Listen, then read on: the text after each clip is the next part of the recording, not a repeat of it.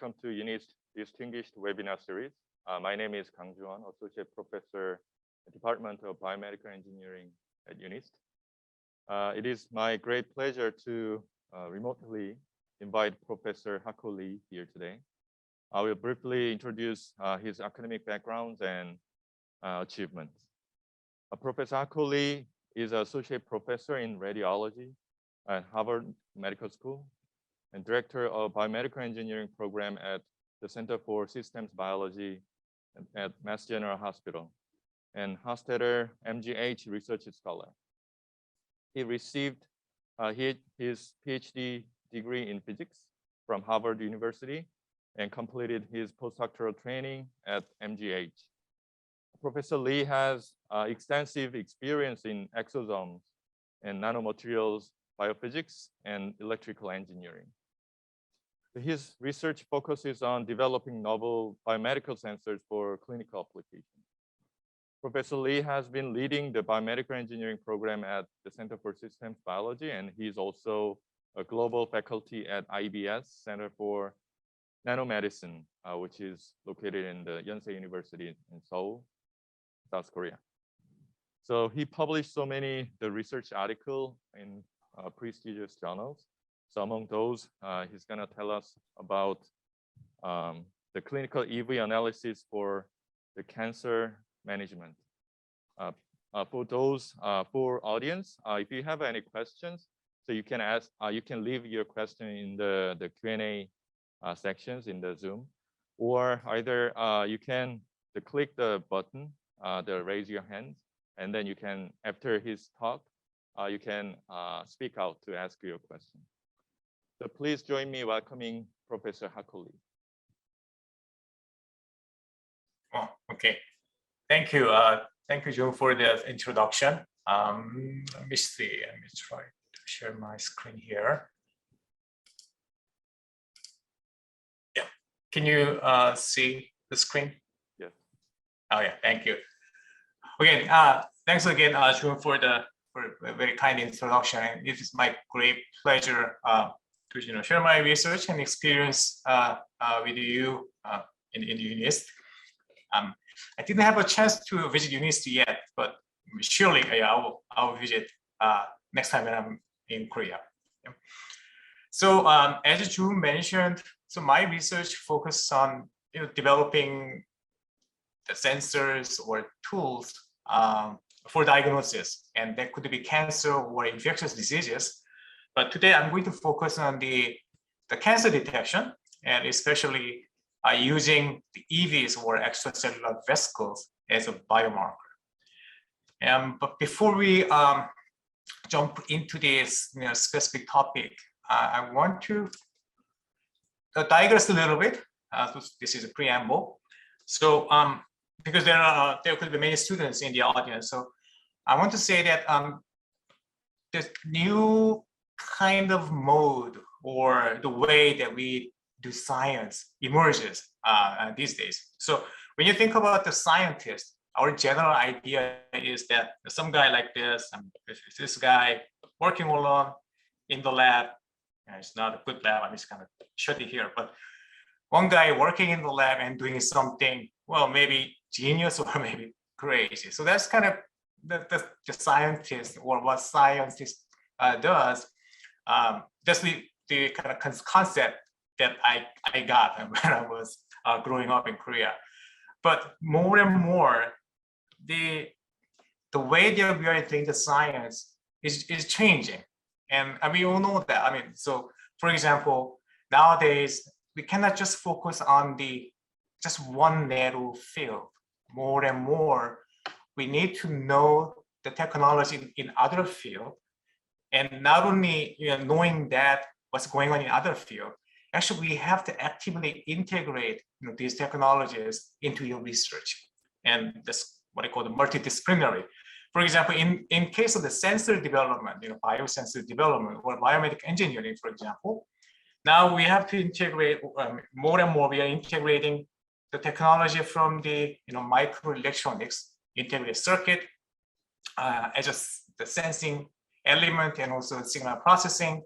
Of course, there is a microfluidic components, to deal with these small volumes of samples. We also need to sometimes integrate nanomaterials because these materials, because of their, special, the physical property, they can actually amplify the signal and hence increase the sensitivity. So for that purposes, we can use nanomaterials. And more recently, there's the component of the analytics, either big data or deep learning or machine learning, to actually, extract the hidden patterns or some information that cannot be, or that is difficult to extract just from the human intuition or under the human observation.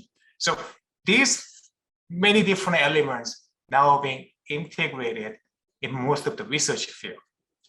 And also, it's becoming more and more team science. It's not just one person or one genius working on a small field. More and more, we need a help, or we have to work with other people. And the advantage is, of course, then we can bring in many different experts into the research, and we can, we can find the better result, or we can get a bigger data that might impact in our case, the clinical applications or the patient care. So team science, and that means now we have to know, or we need to learn how to behave, or not behave, how play your role as a team member. As a member, there is your role, or if you are a leader or a principal investigator, what is your role as a leader or supervisor of the team? So this is something that we also have to learn to do the science or scientific research. Another trend is that science becoming, it's large scale, meaning more and more big companies, enter into the field, and they're bringing their technology, the money, and people, and they can do the science that the academics, in case of academics, is very hard to do. And one example is actually this company. You might know this company, SpaceX, founded by the Elon Musk, the Tesla guy. And I just want to share this amazing clip from SpaceX. So here is the launch of this rocket.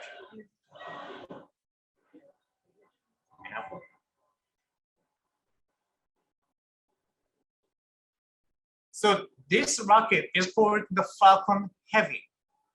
And this is a rocket.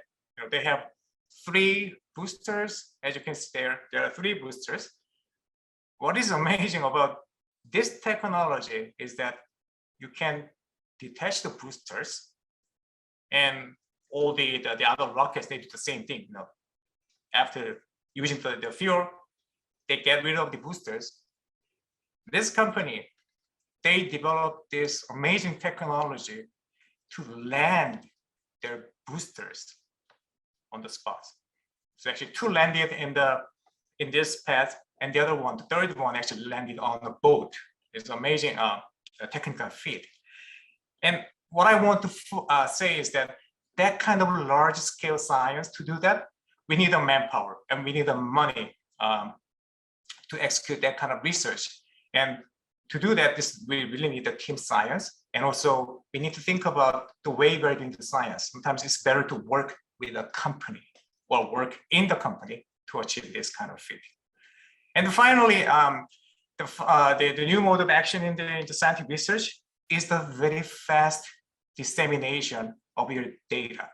Our traditional way of the publishing your result is through the academic journals, papers. And you submit the paper, there's a review process to be about 6 months, there is a revision process, another 6 months, and about a year later, you will get your result published in a journal. These days, they might be already too late. This fast-moving society. So we need to, pay attention to the new way to disseminate your result. That could be in the form of the Twitters in the United States, for example. So this is a Twitter site in the National Institute, NIH, NCI, National Cancer Institute. And also you can use archives to publish your result faster than the conventional means. So yeah, before going into my actual talk, so my point is that please be open, and then please be sensitive about the changes that are being made in the way of doing the science. Okay, and going into the main topic of this presentation. So here I'm going to talk about the sensor system that we have developed for the EV detection and especially for the cancer management. And I can say that this is also the one example of the team science, multidisciplinary, and eventually the collaboration with the industry. So I'll tell you about that development in this research. So let me first thank all the group members who have been worked on this project. Of course, they're my group members, and also I have very good clinical collaborators. So we are doing we are developing the systems or technology, and then we are bringing in these clinicians, Dr. Weisletter, who is the center director of my center, and Cesar Castro, who is the oncologist, and also two Korean doctors. They are surgeons in colorectal cancer patient and the colorectal cancer. And so once we develop the system, then we can now translate or apply our actual system to answer the clinical questions. And for that purposes, we need a good collaboration with the clinicians. And also my industry collaborators over here, Yuan Scott and Seth Yu from Exome Diagnostics. So industry collaborators, they bring in different aspects, different perspective on the technology. And I also learned a lot from this collaboration. Okay, so challenges. So why do we need new sensors, or especially for the EV detection? In case of the cancer management or the cancer care, there are four major jobs or four major tasks that we want to do. The first one is, of course, is a diagnosis. So we want to detect the cancer. And also we want to know how that patients will fare during the treatment, which means, of course, a prognosis. And also during the cancer care, well, the surgery and also the chemotherapy, there are times that we have to make the treatment decision. What kind of drug we have to use, or do we need to even use this drug for these patients? And of course, then during the treatment, we want to monitor how the patient responds to that treatment. And if that treatment is not working, then we have to change the drug or the strategy to care that patients. And for all these tasks, we need a way to find or get the information for the clinical decision, right?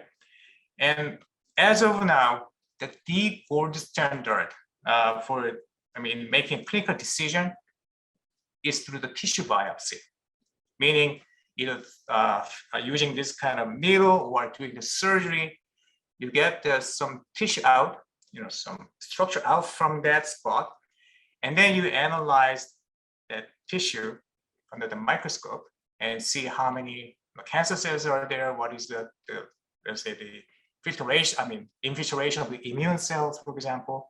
But anyway, so you analyze this tissue, and based on the cell composition, you can make the decision. There are so many cancer cells, but treatment is not working, for example.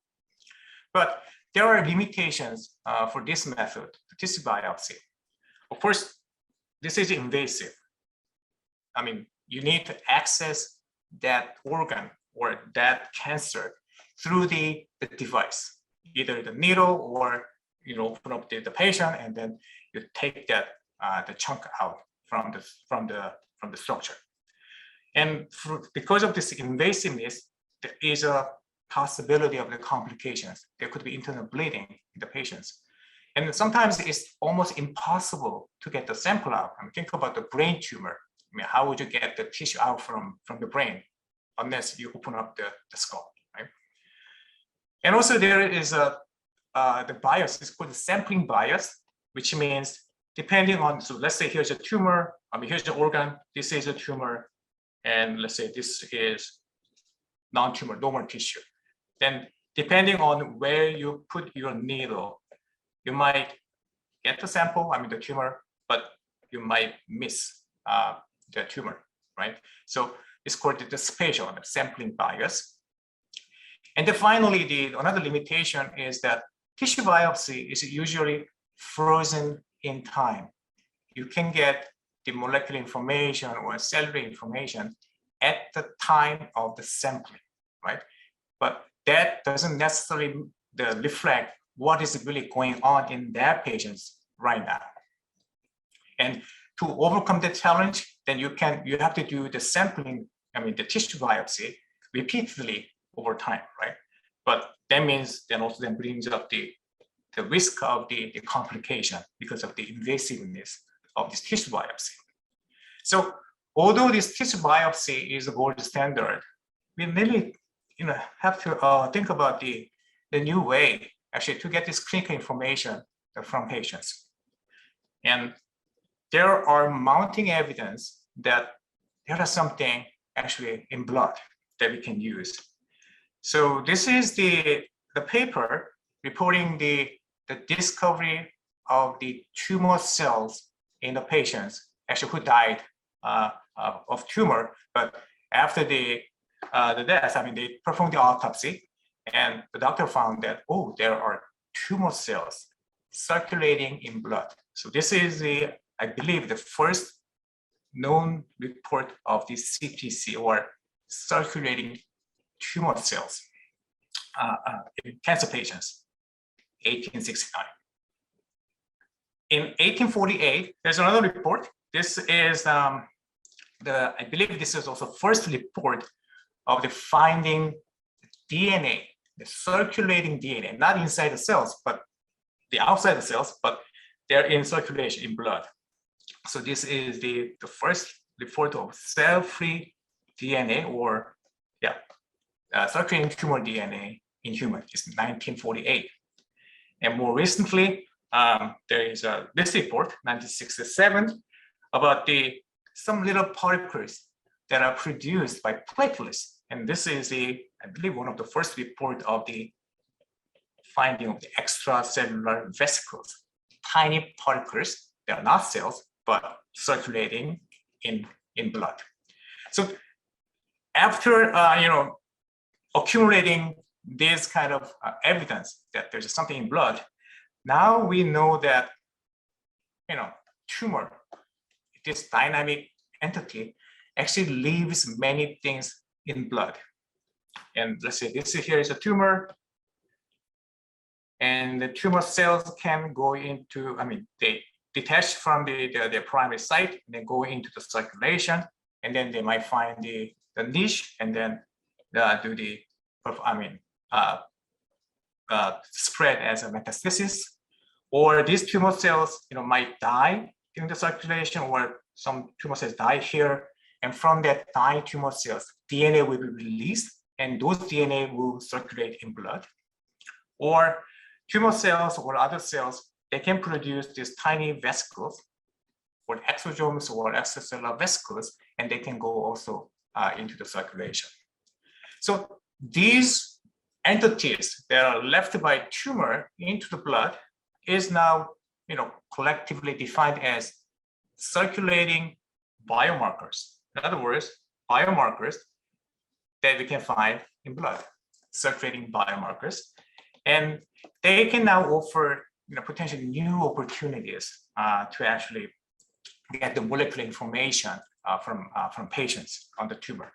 So these circulating biomarkers are relatively easier to get, and it's less invasive because all you need to do is get some blood out from the patients.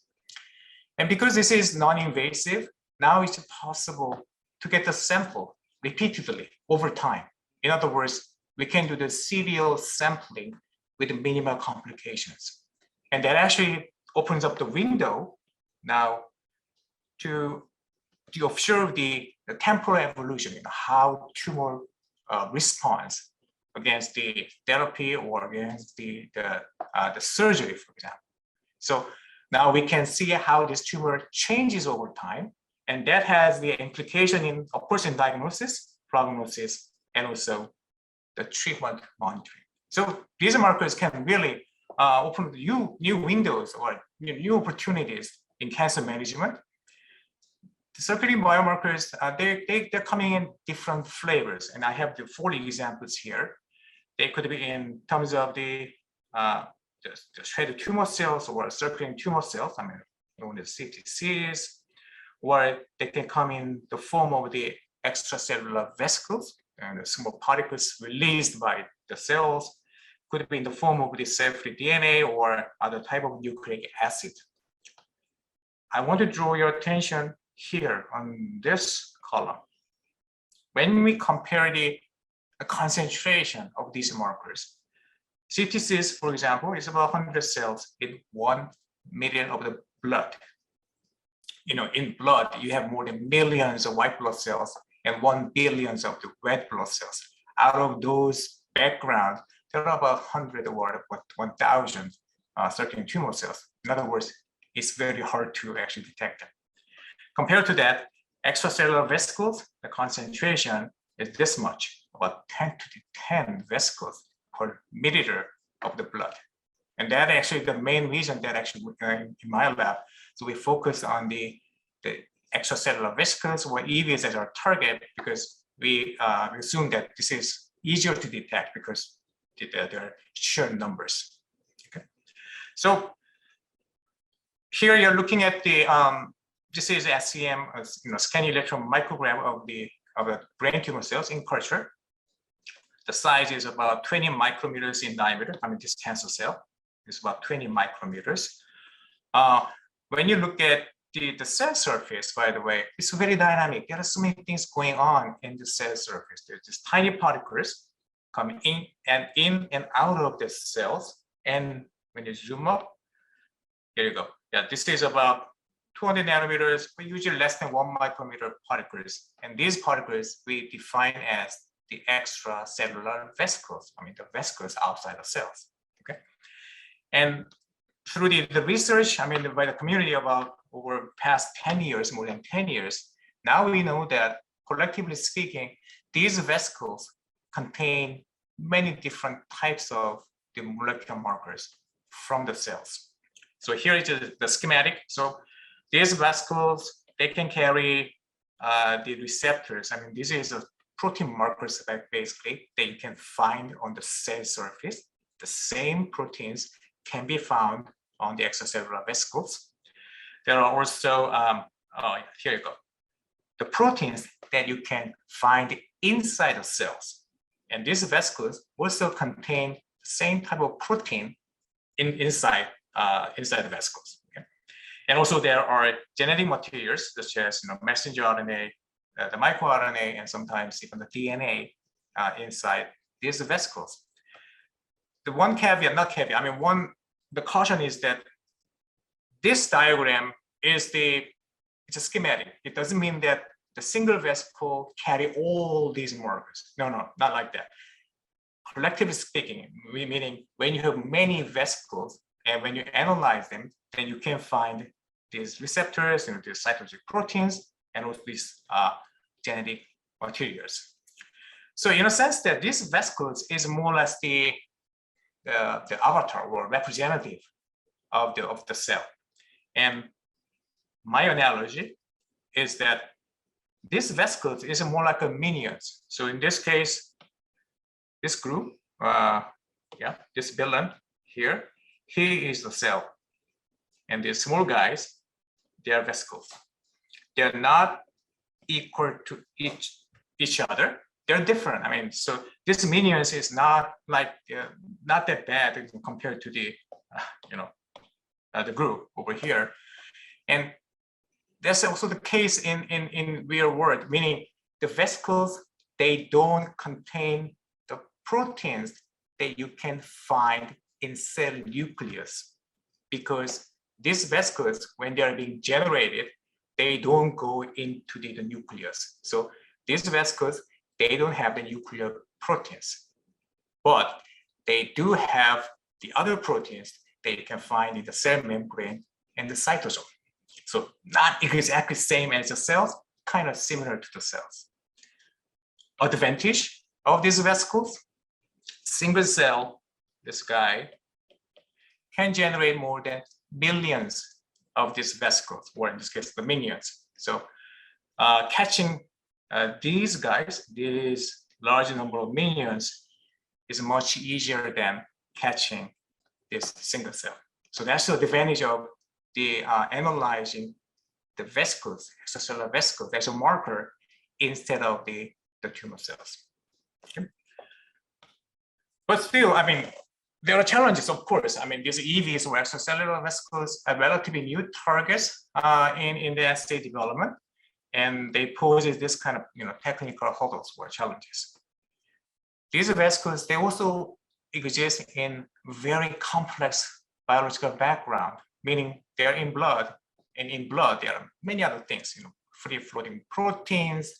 There are lipid proteins, lipid particles, like the LDL and HDL, and also from our experience, in case of a tumor, the cancer patients, less than 5% of the vesicles are actually coming from tumor cells, and most of the vesicles in blood are coming from either platelets, red blood cells, and also the other the healthy cells. So how can we selectively get the information from small number of vesicles from the background? That is one of the technical challenges. And also this, when we are detecting proteins on the vesicles, these proteins can degrade quickly. In about, you put the sample, the blood sample and room temperature, you put them on the bench, and 4 hours later, more than 50% of the proteins is already, is gone. So you lose the sensitivity. So once you get the sample, you have to process them quickly. And also the sensing system that detects the proteins on the EVs should be fast, not like 4 or 6 hour delay. Okay. And also, of course, if we want to use a small amount of samples, because we want to measure many different markers for accurate cancer diagnosis.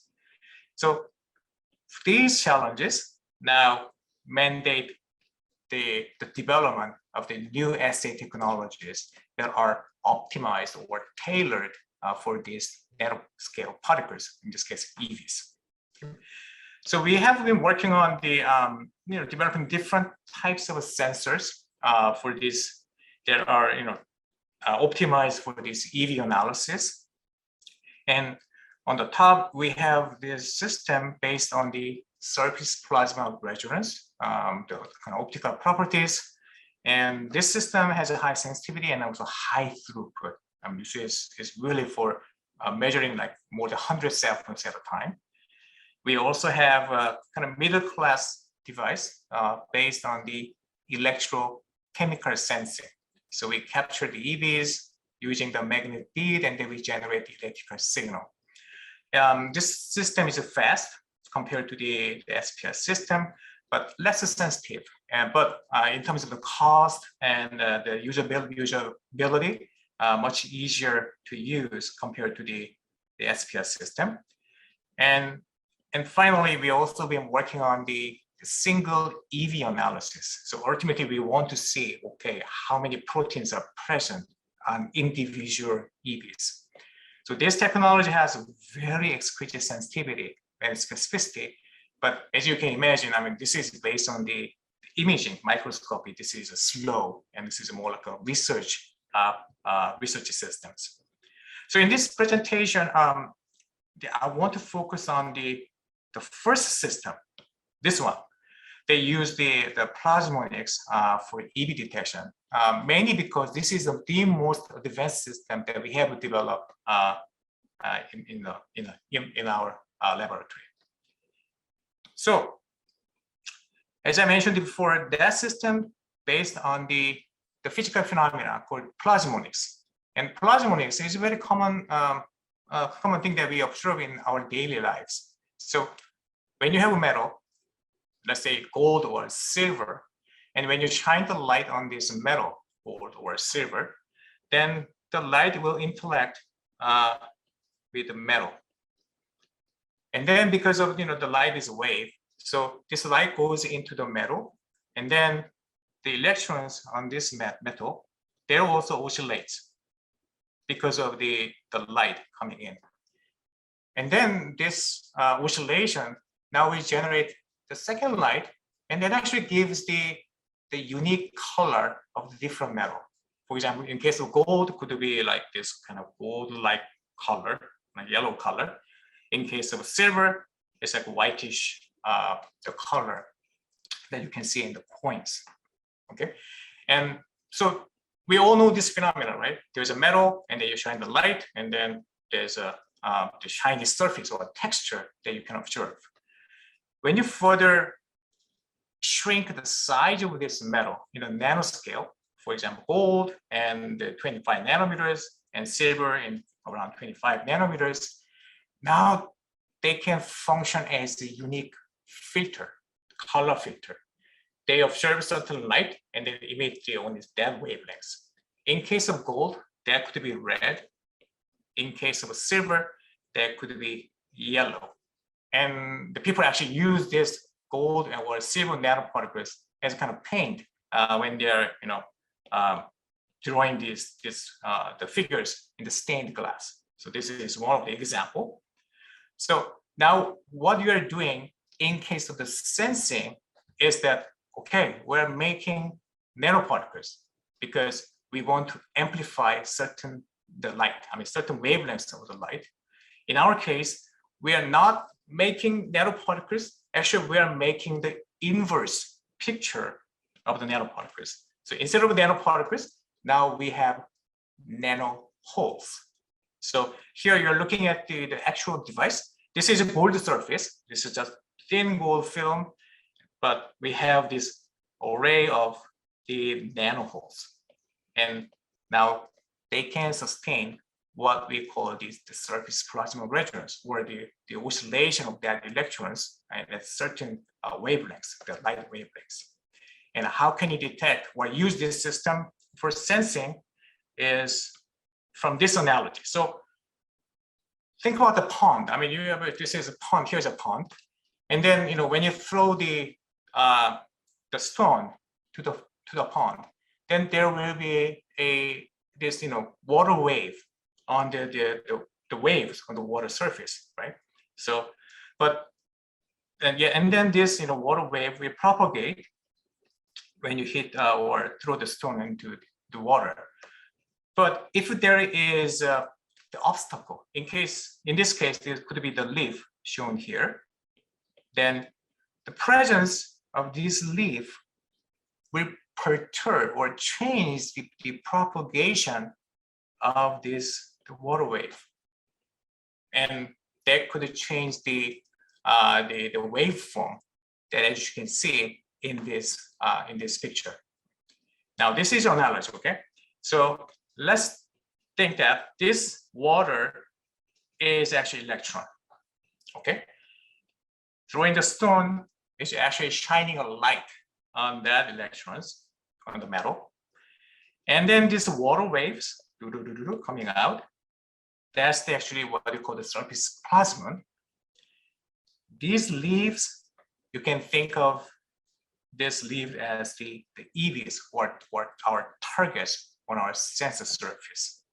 Okay, so what's happening is that on our sensor, which has a gold surface and then array of these nano holes, when you shine the light, then it will generate usually red in the red color. I mean, when you shine the light on our device, the color will be red.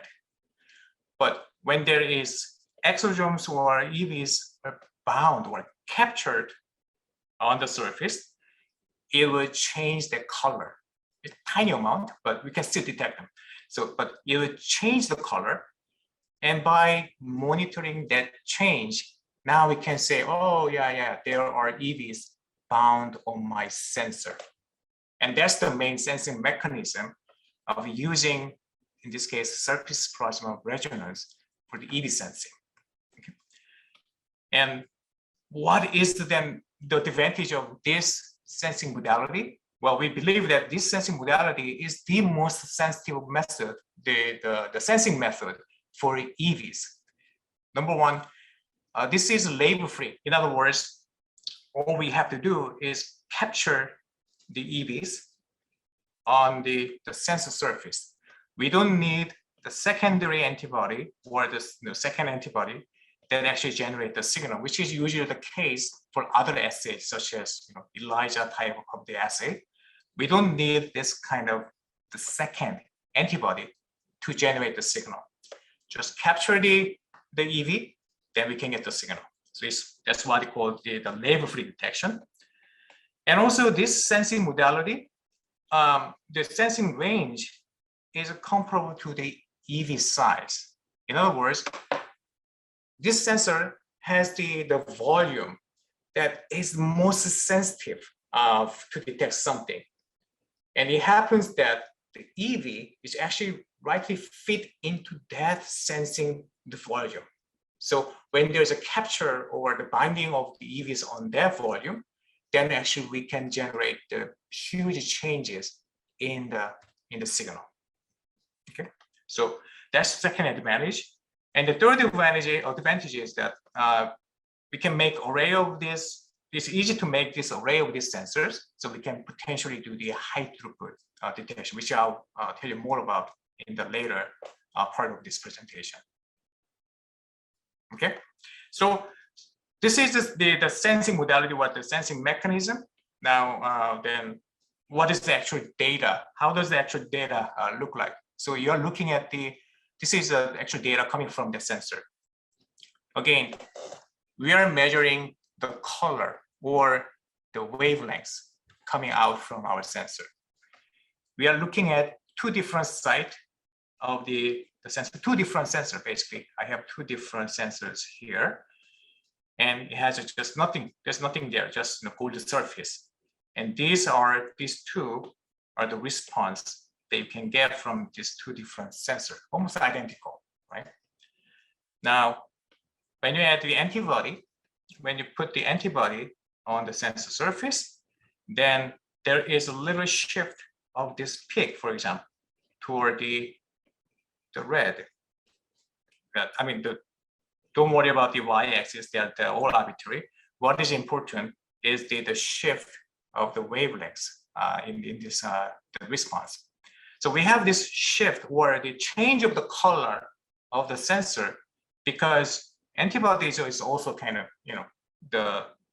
the contamination on the sensor. So they will change the wave property, the surface plasmon resonance property of the sensor. And that's why there is a change of this color.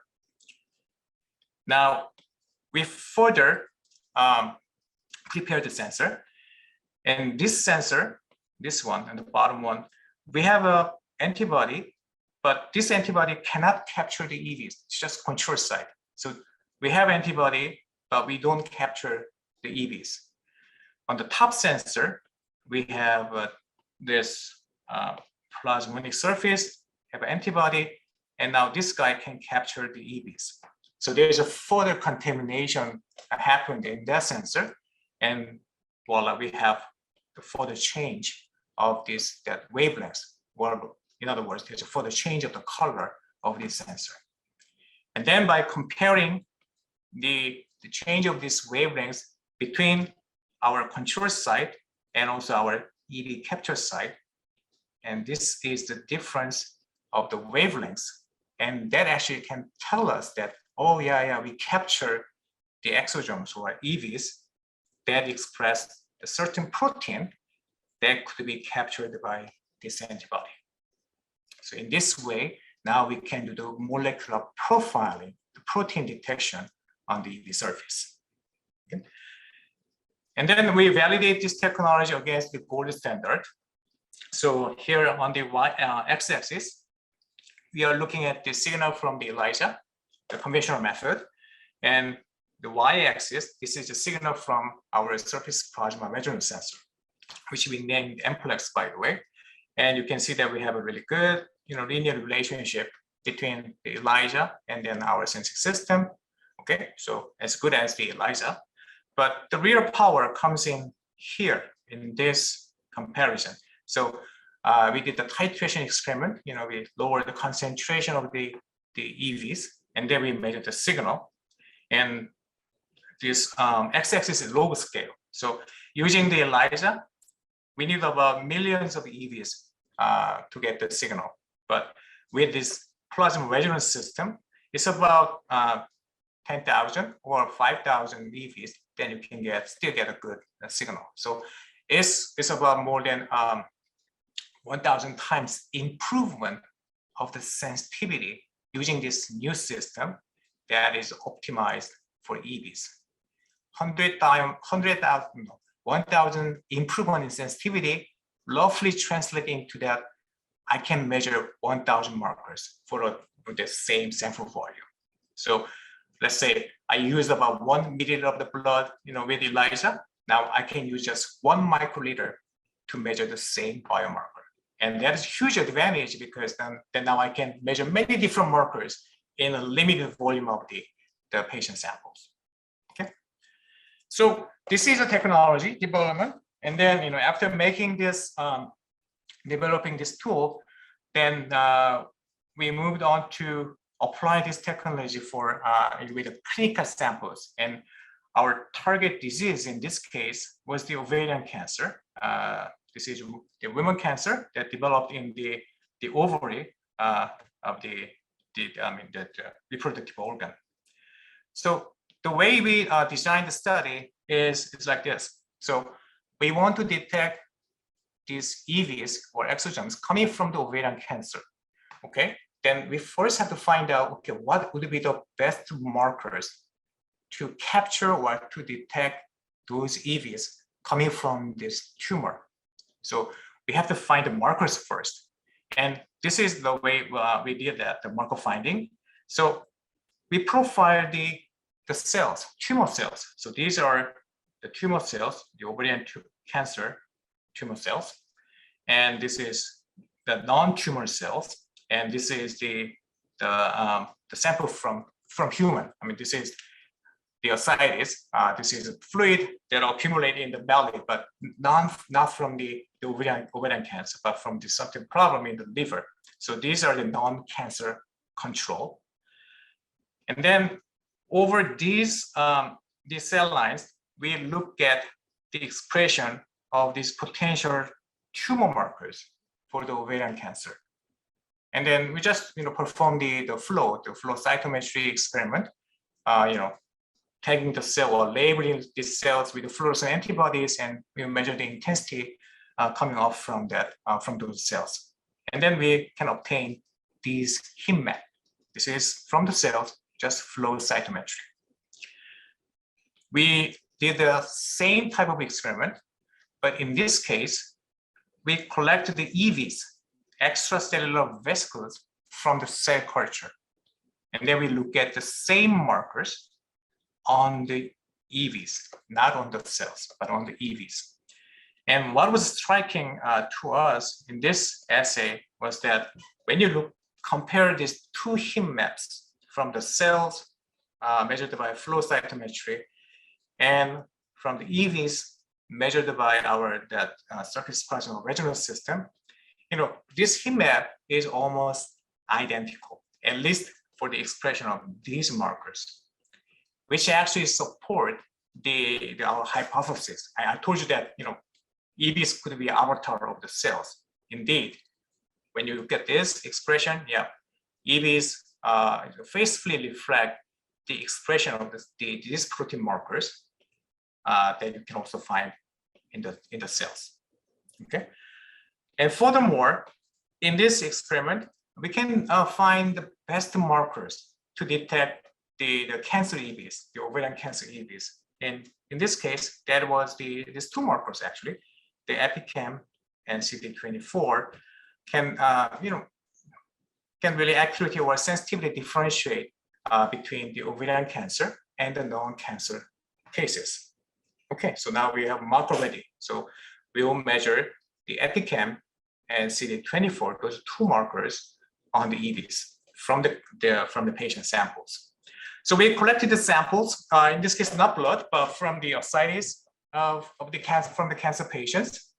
So ascites is basically the fluid that are being accumulated in the peritoneal cavity around here inside the belly.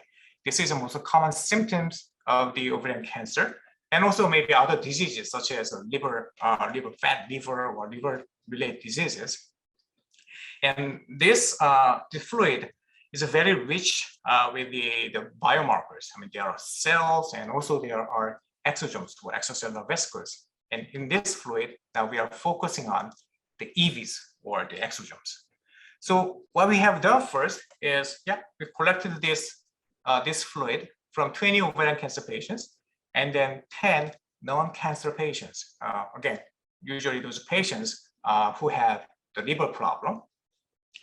And our first the experiment was, okay, let's count the number of the EVs or measure the EV concentration and see whether those EV numbers, EV concentration could be a indicator of this, the cancer detection.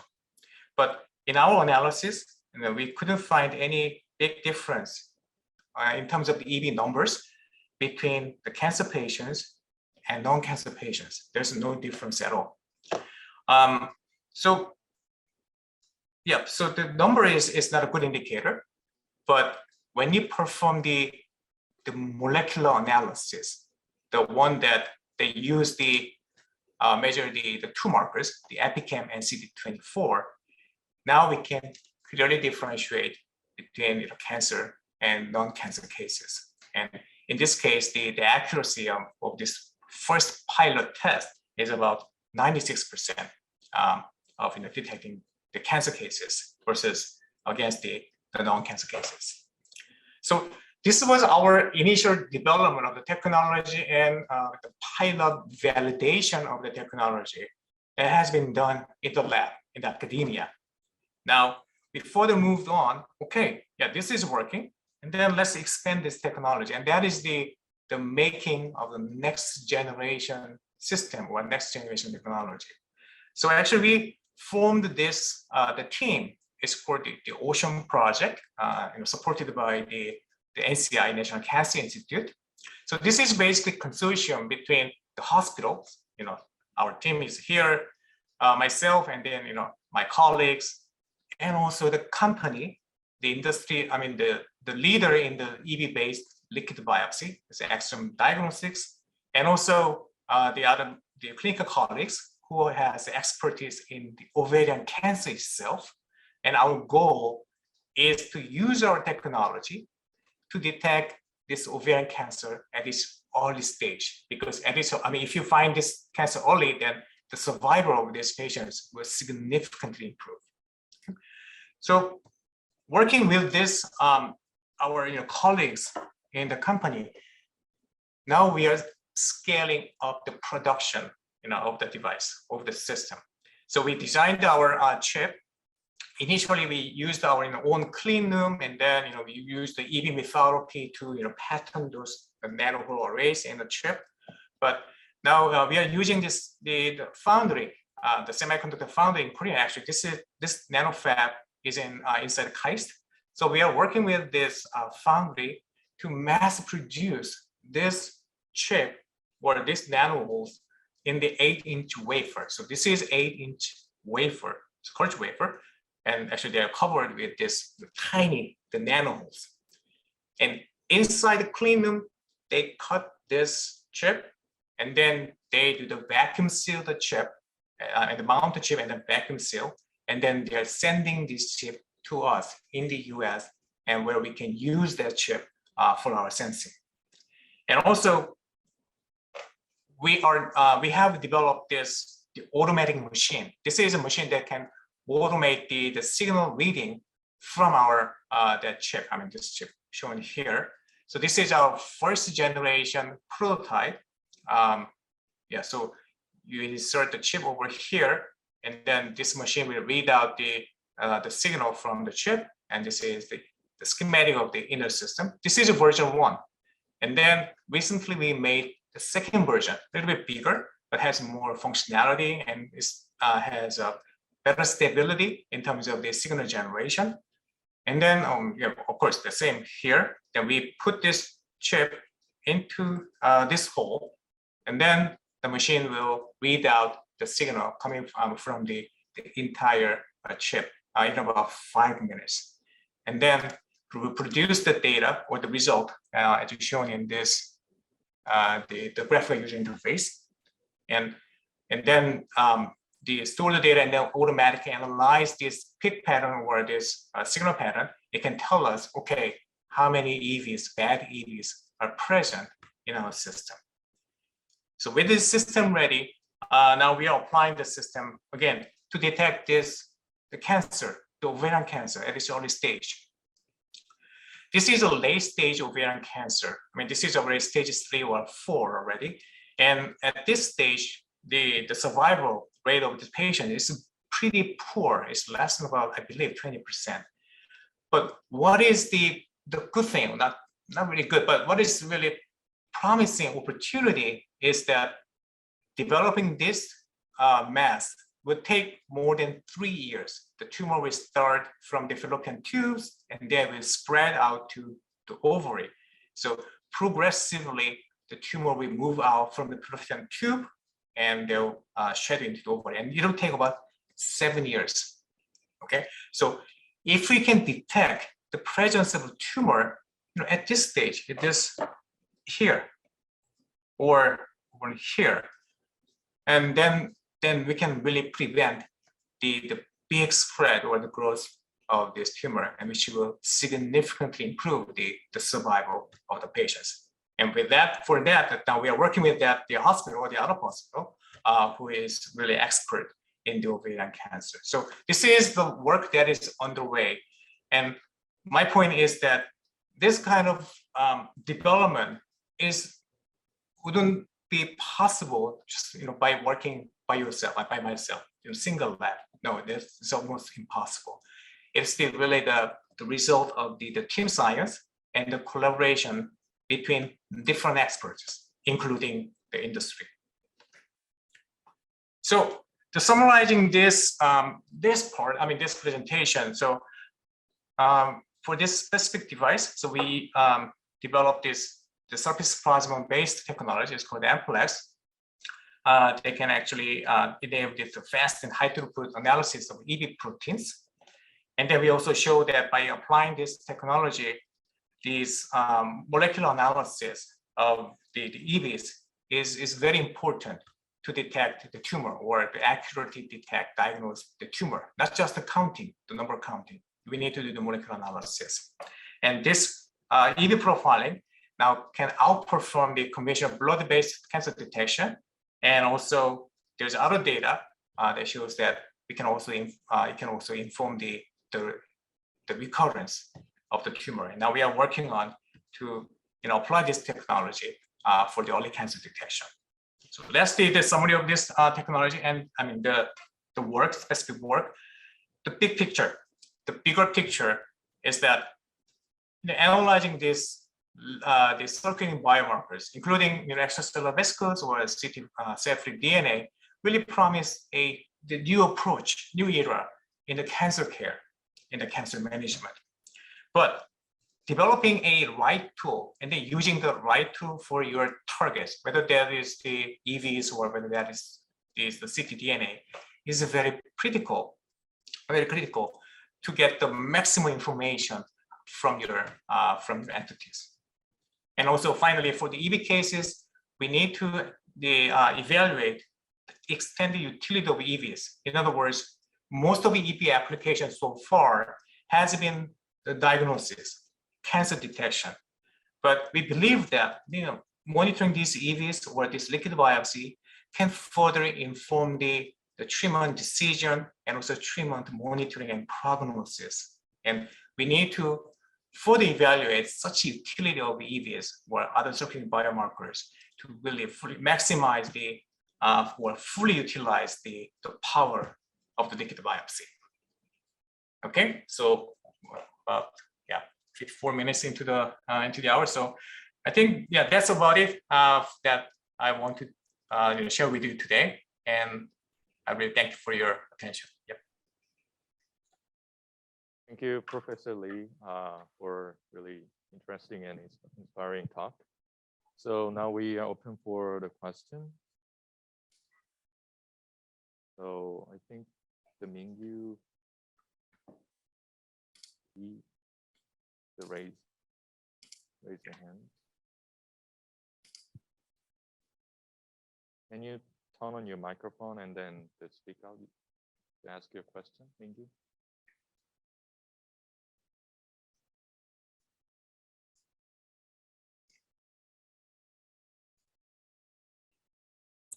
Hello? Hello. Yeah. Could you hear me? Yeah, hear me. Oh, okay. Well, I mean, thank you for the enlightening talk. Yep, thank you. Yeah.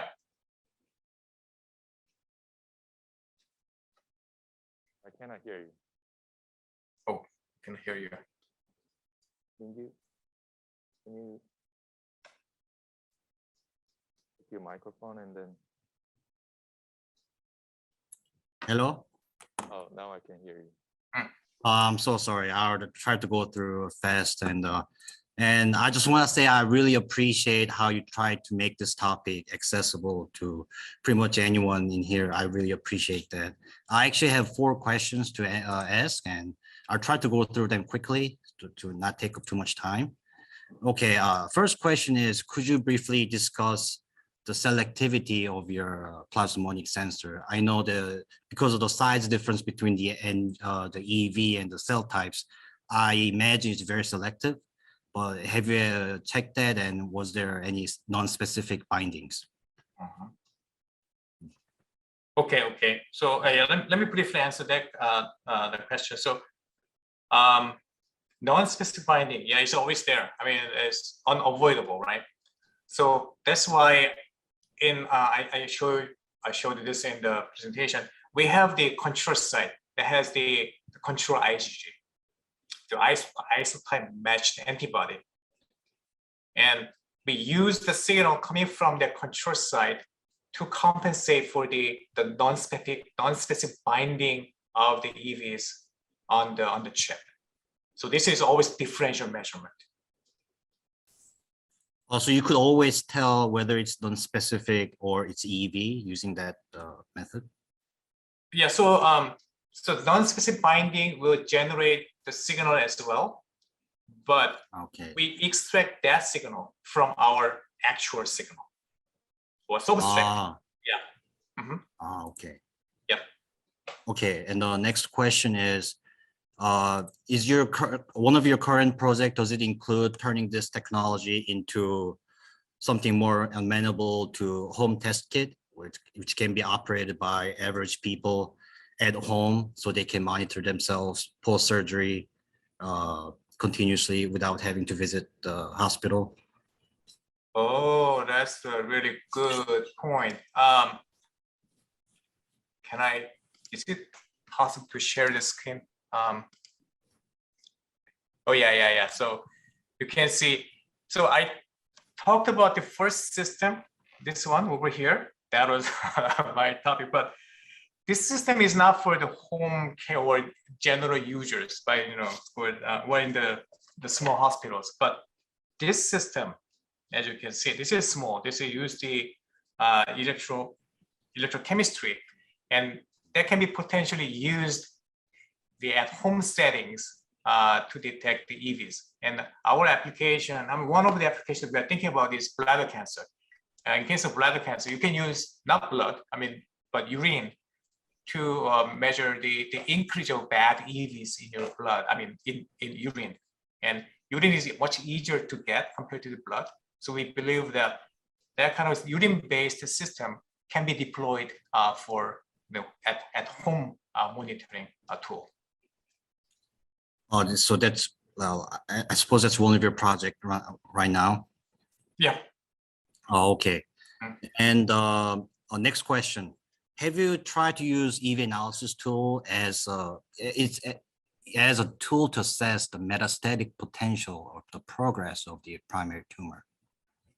Oh, not yet. We haven't because in our case, the big hurdle was finding the right marker, right protein marker, and then then is more brainstorming and more research into biology actually. So but once we know the market, then this could be used to test us, the metastatic, the potential of the primary tumor. Yeah.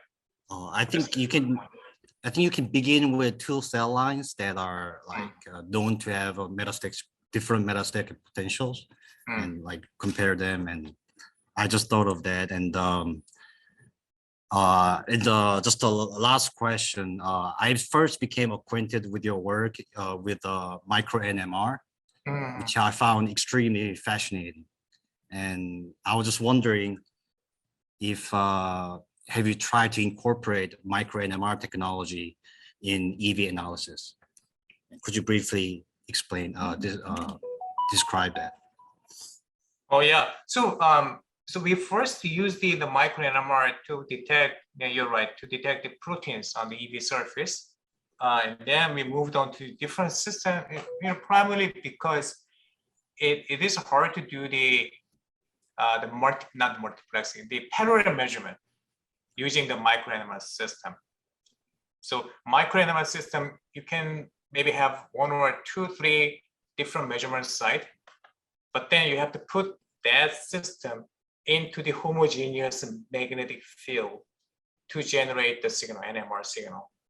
And as the size of your sensor increase, generating that homogeneous field requires bigger magnet. And now you're approaching the MRI style magnet. So this is very expensive actually to do.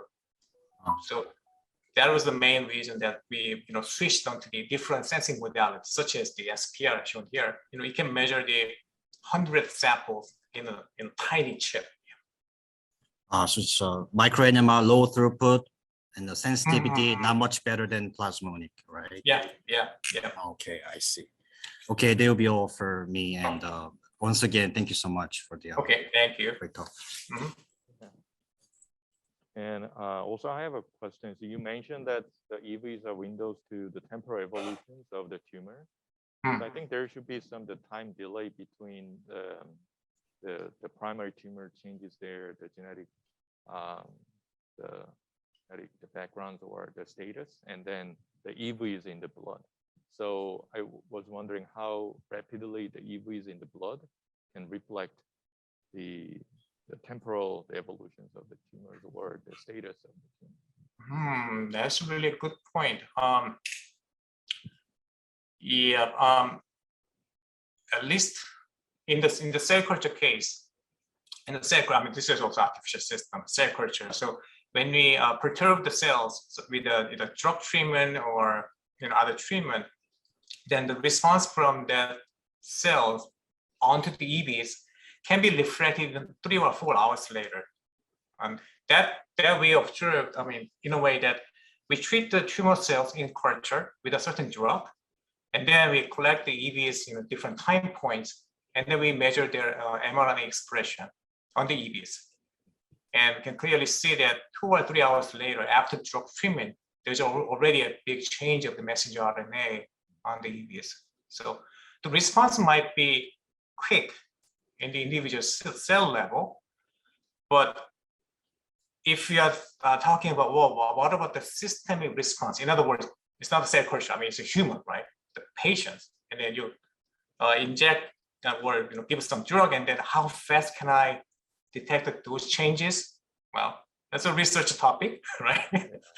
But at least in the case of the surgery, we perform the surgery. So we measure the EVs before and after surgery. Within 3 days, we clearly see the huge decrease of the bad EVs after surgery. So in case of surgery, it could be in the time window of 3 or within a week. Yeah. Thank you for the answer. So one question: potentially, is it possible to distinguish tumor recurrence and the metastasis with the EV analysis? The tumor recurrence and the metastasis. Oh, yeah. The first one may be possible. If the chemo or the drug treatment doesn't work, then there's an increase of these bad EVs in the patients. The second one, the metastasis, we don't have the answer yet. Again, this is the issue of what would be the best marker, the protein marker, to detect the the EVs, those EVs coming from the metastasis, and they might have different tumor markers. Yeah. Also, you mentioned that the surgeries changes dramatically the level of EVs in the blood, but he also asked about the chemotherapy, the patients who receive the chemotherapy also. Yeah. So we measured those EVs in ovarian cancer patients, throughout the chemo, and also we measured the EV changes in the colorectal cancer patients over time. And the general trend was that when the chemo works, then the EV levels, it's not the concentration, by the way, it's the level of the molecular markers on the EVs that either stays the same or decrease. But in the patients who didn't respond to those therapy, the level, those molecular level, they increased more drastically, actually. So I think the EV analysis could be more sensitive to find out that whether, when the chemotherapy is not working. Yeah. Thank you for the answer. So we're running behind the schedule now, so it's over 1 hour. So before we wrap up the sessions, I really like to thank Professor Hakho Lee for your time and your presentation. I really hope we invite you in person here at UNIST in the near future. But yeah, I'm looking forward to it, actually. Yeah. Yeah, thank you for joining us, for everyone, and then I hope to see you next time. Thank you. Bye. Okay, thank you so much.